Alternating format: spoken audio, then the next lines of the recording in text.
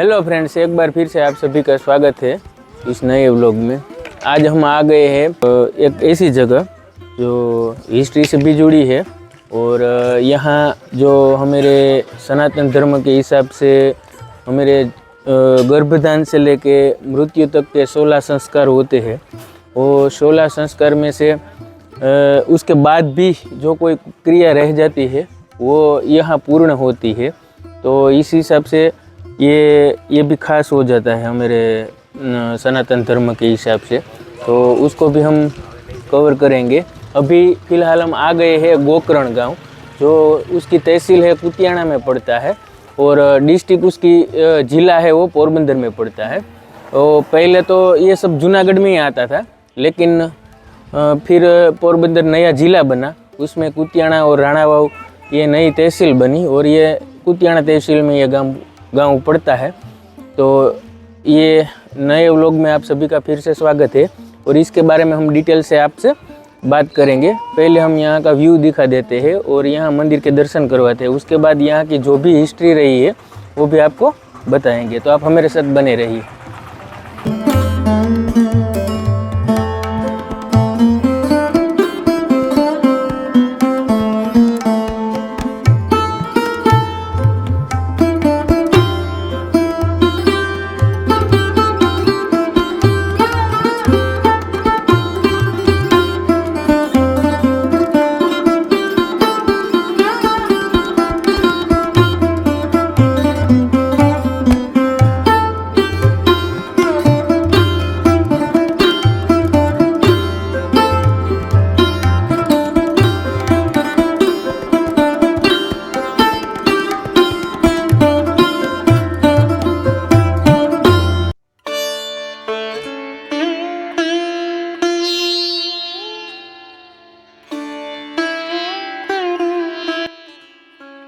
तो अभी हम परिसर आपको दिखाए है, यहाँ नदी भी है और इसके बगल में यहाँ एक गुफा भी है और वो यहाँ से ऐसा आगे द्वारका तक जाती है, ऐसा सुना जाता है, हमने सुना है।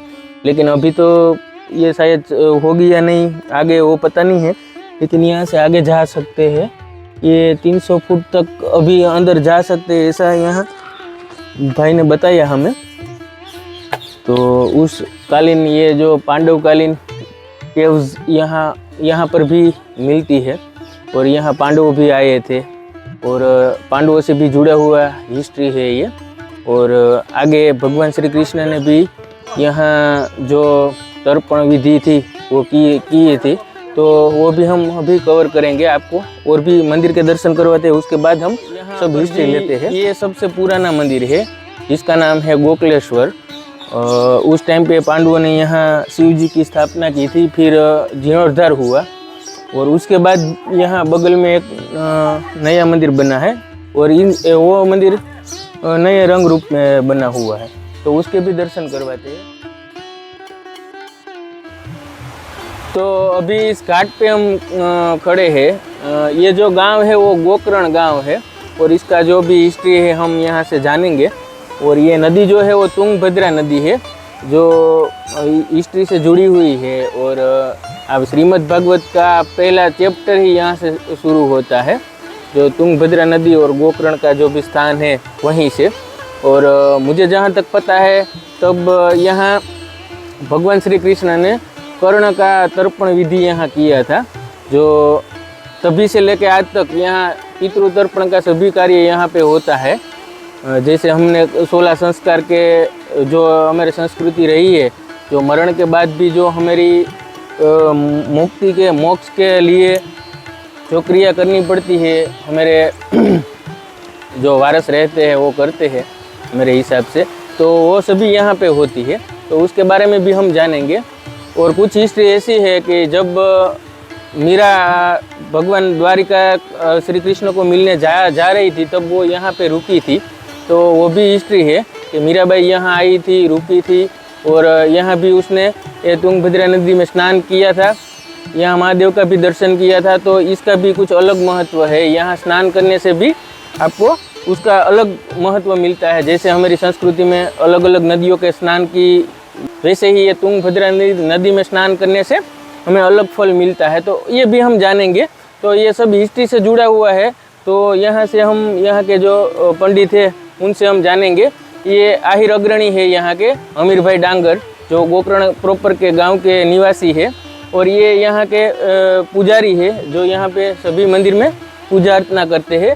और ये जो पंडित है उनसे हम सब ये जानेंगे कि भाई ये हिस्ट्री क्या रही है, और ये गोकर्ण में टोटल जो भी अभी तक का जो भी इतिहास है वो हम इनसे जानेंगे। तो आप बताइए हमारे व्यूअर्स को कि भाई ये गोकर्ण किस हिसाब से जाना जाता है। ओम कर्पूर गौरव करुणावतारम संसार सारम भुजेन्द्र हारम सदा वसंतम हृदयारविंदम भवम भवानी सहितम नमामि। ओम भूर्भुवः स्वः महारुद्राय नमो नमः। आज मैं बात कर रहा हूँ सौराष्ट्र में पोरबंदर डिस्ट्रिक्ट में गोकर्ण नामना एक तीर्थ क्षेत्र है। यह तीर्थ क्षेत्र पे तुंगभद्रा नाम की नदी बहती है। यहाँ के स्थानिक लोग इस नदी को सारण नाम से जानते हैं। यहाँ बड़ा तीर्थ क्षेत्र है। भगवान कृष्ण का प्रगति हुआ 2250 साल पहले। फिर कृष्ण भगवान ने 125 वर्ष का जो आयुष्य था ये पूर्ण किया, और 5125 वर्ष पहले कृष्ण ने यहाँ से विदाई दी। लेकिन जब महाभारत का युद्ध हुआ, महाभारत के युद्ध में अनेक वीर, अनेक शूरवीर सब मारे गए। फिर महारथी कर्ण, जो कुंता जी का पुत्र था, कृष्ण का उपासक था, उन्होंने भगवान कृष्ण से प्रार्थना की कि भगवान मेरा जन्म कुंवारी माता से हुआ है, तो मेरा अग्नि संस्कार, मेरा तर्पण पण कुंवारी जगह पे हुआ चाहिए। फिर कृष्ण ने तलाश की और गोकर्ण तीर्थ क्षेत्र इसके ध्यान में आया, और कृष्ण की इच्छा अनुसार, कर्ण की इच्छा अनुसार भगवान कृष्ण ने यहाँ कर्ण का तर्पण किया और कर्ण को सद्गति दी। हमारे गुजरात में ऐसे 4 बड़े स्थान हैं। पहले सिद्धपुर का मातृ श्राद्ध होता है। दूसरा प्रभास पाटन रांची, वहाँ पितृ श्राद्ध होता है।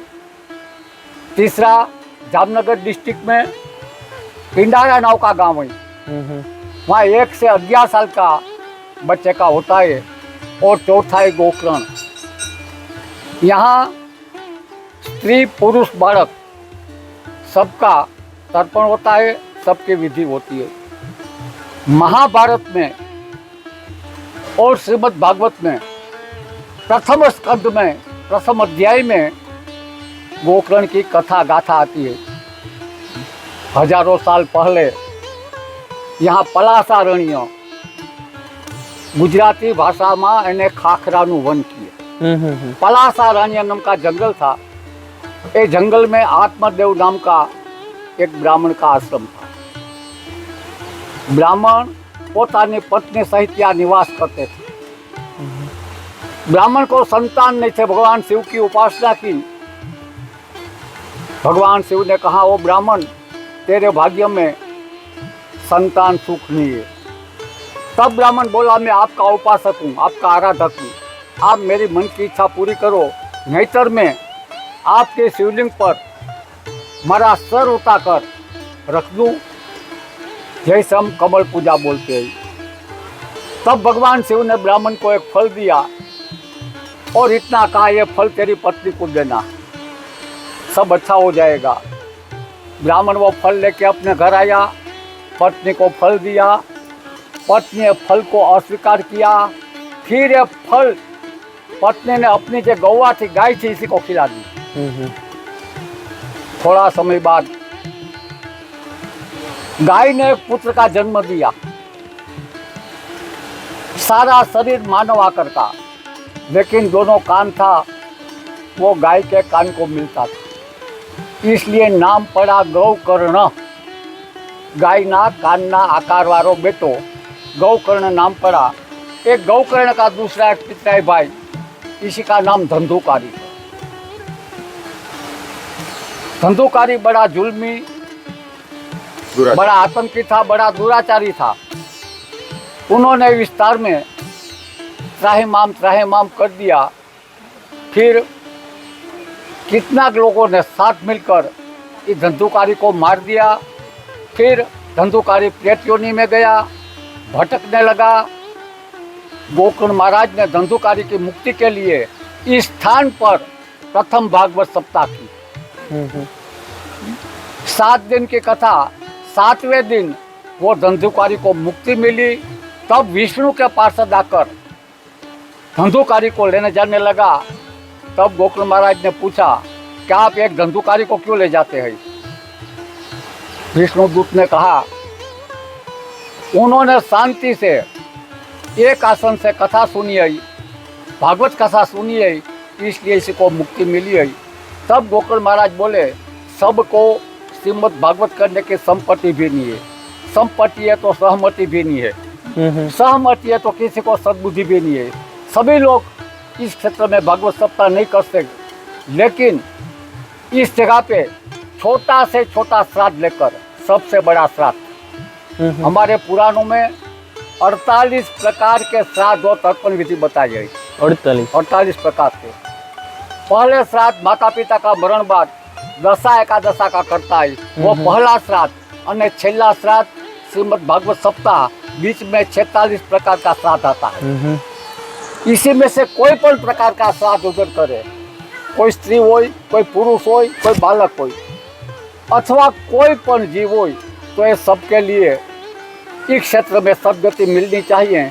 ऐसा वजन मुझे मिले तो मैं आपको धंधुकारी को यहाँ से ले जाने दूंगा।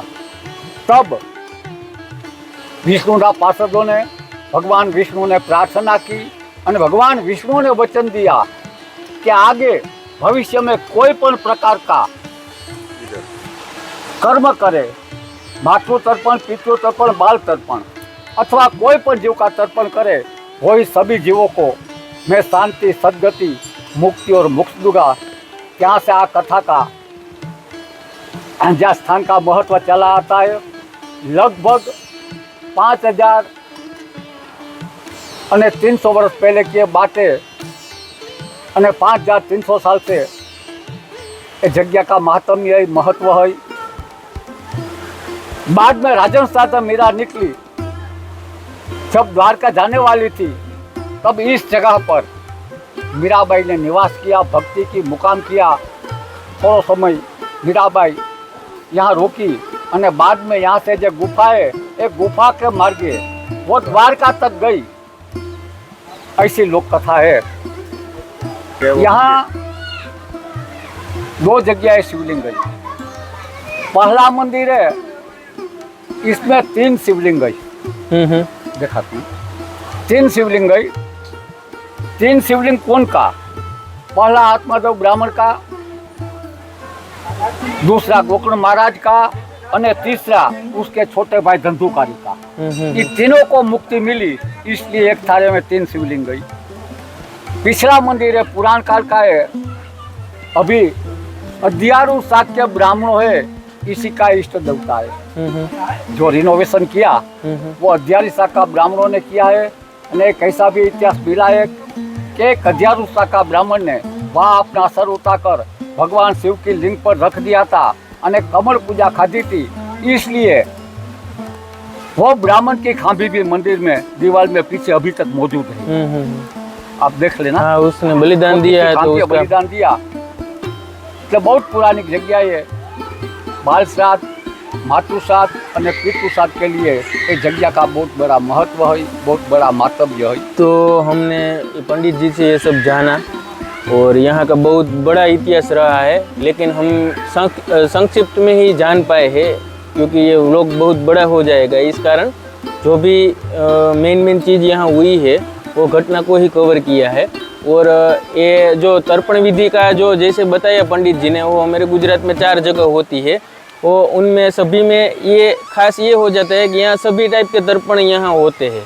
बाकी जगह पे कुछ टाइप के ही दर्पण होते हैं, तो इस हिसाब से भी थोड़ा इसका महत्व बढ़ जाता है। और भगवान श्री कृष्ण ने खुद कर्ण का यहाँ तर्पण किया था, और आपको भी पता है कि कर्ण ने जो भी वचन भगवान श्री कृष्ण से मांगा था, मुझे ऐसी जगह पे आप तर्पण करना कि मैं इस भव में से मुक्त हो जाऊं और मेरा अगला भव मैं मोक्ष में चला जाऊं।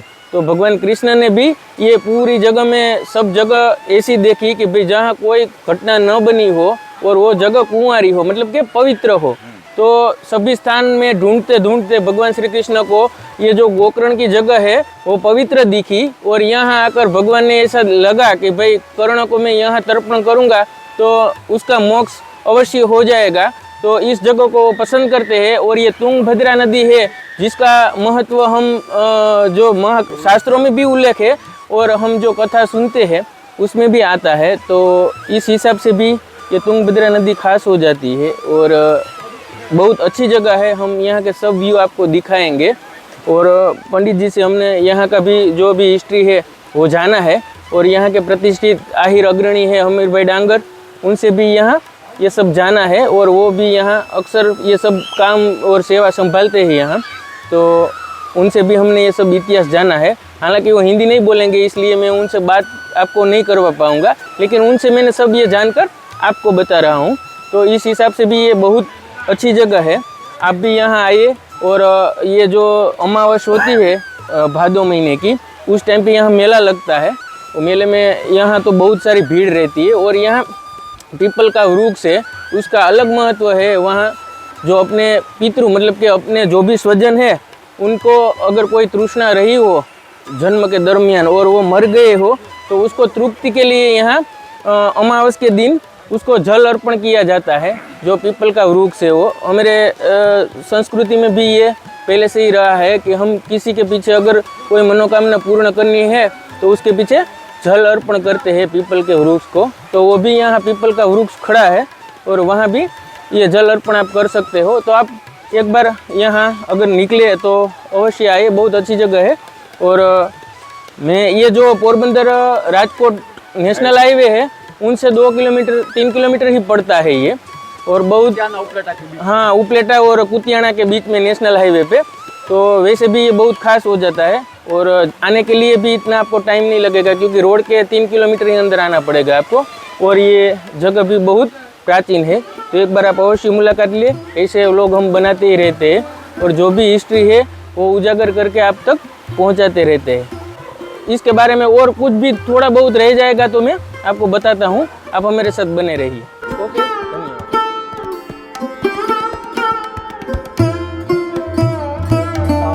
ओम पितृ देवताय नमो नमः।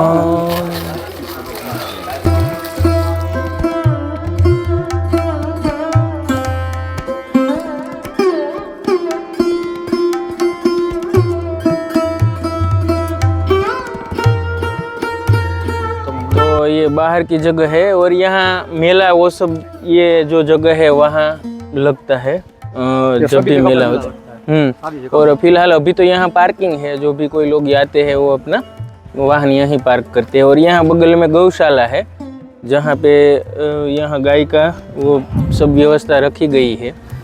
और वैसे तो बहुत अच्छी जगह है। मेले के टाइम तो हम कभी नहीं आए, लेकिन बहुत ट्रैफिक रहती है मेले में भी। और कुछ यहाँ जो भी अपना सर्वोच्च बलिदान दे के यहाँ खड़े हैं, वैसे 2-3 पहाड़ियाँ भी है जिसमें डांगर परिवार का भी है। और चावड़ा जो खोरासा हम तिरुपति खोरासा लिए थे उसके भी सुरापुरा यहाँ पे है। तो हाँ, और एक सोनी परिवार है उसके भी सुरापुरा यहाँ पे। सनातन की ये संस्कृति रही है जिसमें हम नदियों को भी पूजते हैं, वृक्षों को भी पूजते हैं, वन को भी पूजते हैं। तो हमारे लिए सभी पूजनीय है, और पूजनीय का कारण भी होता है। आज पीपल को हम हमारे जो संस्कृति है उसमें पूजने का एक ही मतलब है कि वो ऐसा वृक्ष है जो 24 घंटे हमें ऑक्सीजन भी देता है। सही बात है। और कोई भी पेड़ है ना, वो क्या है कि दिन में ऑक्सीजन देगा तो रात में नहीं देगा, या 12 घंटे की साइकिल होती है। लेकिन पीपल का वृक्ष ऐसा है जो 24 घंटे ऑक्सीजन देता है। तो इस हिसाब से हम उसको हमारी संस्कृति में सनातन के हिसाब से उसको पूजनीय मानते हैं। और हमारे जो भी पितरों के जो भी मनोकामना है उसको पूर्ण करने के लिए भी हम पीपल को पानी अर्पण करते हैं, जल अर्पण करते हैं। तो इस हिसाब से यहाँ सब पीपल को भी जल अर्पण किया जाता है। तो ये साइंटिफिक भी है और धर्म के साथ भी जुड़ा हुआ है। तो दोनों हिसाब से ये सही है। अगर कुछ भी हम अपने संस्कृति में कुछ करते हैं तो वो सिर्फ धर्म के हिसाब से नहीं होता, उसका साइंटिफिक भी रीज़न होता है। और साइंटिफिक रीज़न मैंने आपको बताया कि उसको पूजने का यही कारण है कि वो 24 घंटे ऑक्सीजन देता है और हमारे पृथ्वी पे जो भी ऑक्सीजन की कमी रहती है उसको बैलेंस वही करता है। हम यज्ञ करते हैं, उसमें घी की आहुति देते हैं, उसका भी मतलब यही होता है कि वो आहुति से वहाँ का जो भी वातावरण है उसमें पॉजिटिव एनर्जी आए और ऑक्सीजन का लेवल हाई हो। तो ये साइंटिफिक रीज़न के हिसाब से भी धर्म के साथ जोड़ा गया है। तो इस हिसाब से भी ये सही होता है। तो यहाँ हम पंडित जी से भी बहुत कुछ जाने हैं और यहाँ सभी ने बहुत हमें सहयोग किया और यहाँ के बारे में बताया, तो बहुत अच्छा लगा। और ऐसे ही वीडियो हम लाते रहते हैं। आपको हमारे ऐसे व्लॉग पसंद हो तो प्लीज़ लाइक करें, शेयर करें और सब्सक्राइब करें। तो अभी हम हमारा ये व्लॉग को यहाँ पूरा करेंगे। आपको अगर पसंद आए तो प्लीज़ अपने ग्रुप में शेयर करो और इस जगह अच्छी लगे तो यहाँ से निकलो तो आप एक बार इस जगह का विजिट अवश्य लें। ओके, धन्यवाद।